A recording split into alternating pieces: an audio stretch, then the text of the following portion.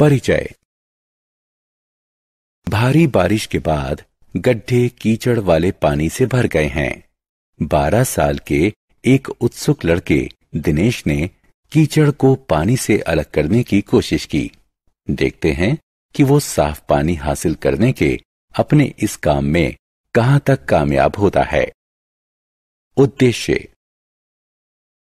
इस पाठ के अंत में आप निम्न करने में सक्षम हो जाएंगे: सेडिमेंटेशन यानी अवसादन और डिकेंटेशन यानी निथारने की तकनीक के बारे में बताना, फिल्ट्रेशन यानी छानने की तकनीक के बारे में बताना, वाष्पीकरण और संघनन की तकनीक के बारे में बताना, पानी के घोलने के गुण को समझना, सैचुरेटेड यानी संतृप्त और अनसैचुरेटेड यानी असंतृप्त घोलों के बीच अंतर करना, अलग करने की विधियां, अवसाधन और निथारना। दिनेश ने एक बीकर को कीचड़ वाले पानी से भर दिया और कुछ समय तक इसे बिल्कुल नहीं छेड़ा। कुछ समय के बाद वो बीकर को देखकर हैरान रह गया। वो क्यों आश्चर्यचकित हुआ? आइए इसका कारण जानें। बीकर में पानी एकदम साफ था। मिट्टी क्योंकि भारी होती है इसलिए वह बीकर की तली में बैठ गई, जबकि पानी उसके ऊपर मौजूद था। बीकर की तली में मिट्टी के जमने की इस प्रक्रिया को अवसादन कहा जाता है, और जो मिट्टी नीचे जमा हुई उसे अवसाद या तलछट कहते हैं।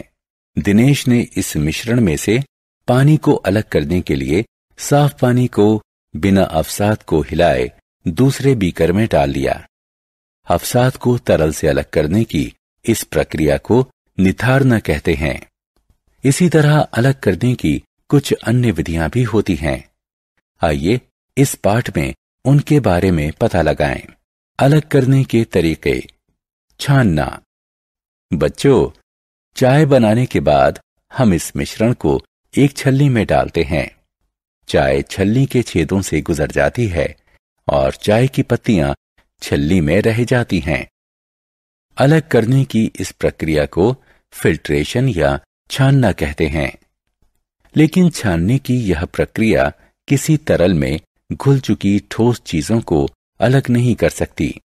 कभी कभी किसी ठोस चीज के महीन कण उस छलनी से भी पार निकल जाते हैं, जिसका इस्तेमाल छानने के लिए किया जाता है। ऐसी स्थिति में फिल्टर पेपर का प्रयोग किया जाता है। फिल्टर पेपर एक ऐसा खास तरह का कागज होता है जिसमें छोटे छोटे लाखों छिद्र होते हैं। तरल तो इन छिद्रों में से निकल जाता है, लेकिन ठोस कण फिल्टर पेपर पर ही रह जाते हैं। फिल्टर पेपर में से जो तरल गुजर जाता है उसे फिल्ट्रेट या छना हुआ तरल कहते हैं। जो ठोस कण फिल्टर पेपर पर ही बचे रह जाते हैं उन्हें रेजिड्यू या अवशेष कहते हैं। ऐसे मिश्रणों को अलग करना जिनमें 2 से ज्यादा चीजें हों। आइए अब एक प्रयोग करते हैं।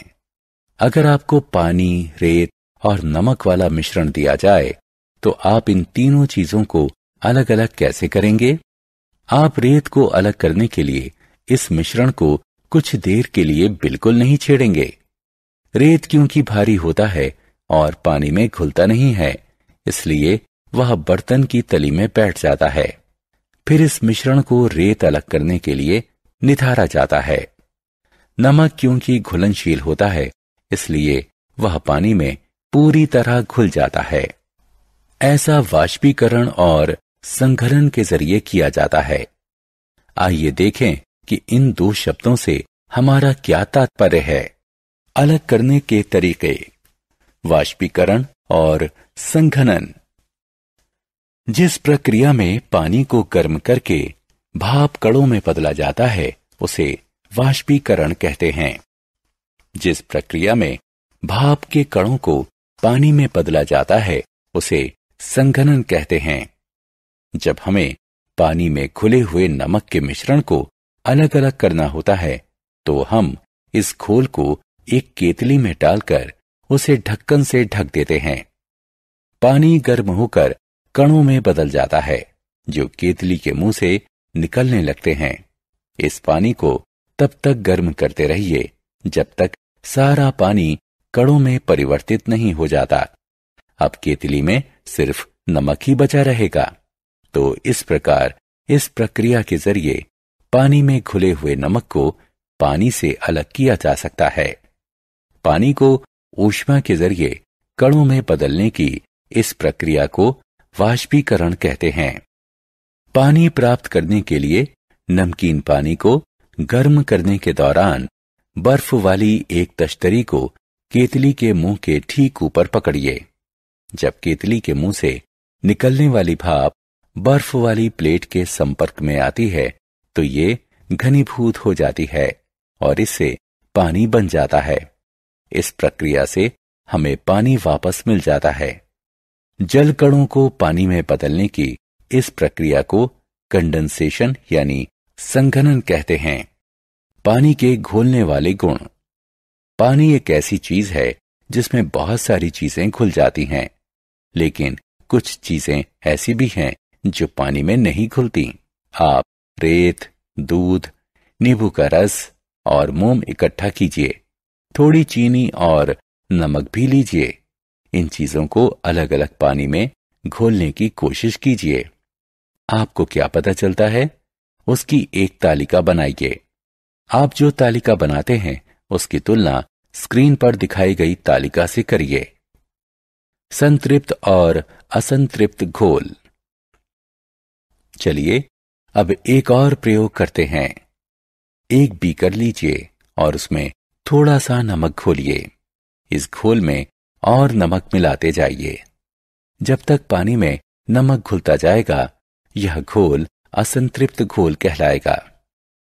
लेकिन जल्दी ही एक ऐसी स्थिति आएगी जब आप इस घोल में और अधिक नमक नहीं घोल पाएंगे। इस स्थिति में यह घोल संतृप्त हो जाएगा।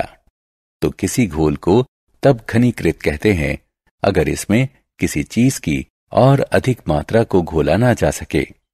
संतृप्त घोल पर ऊष्मा का प्रभाव।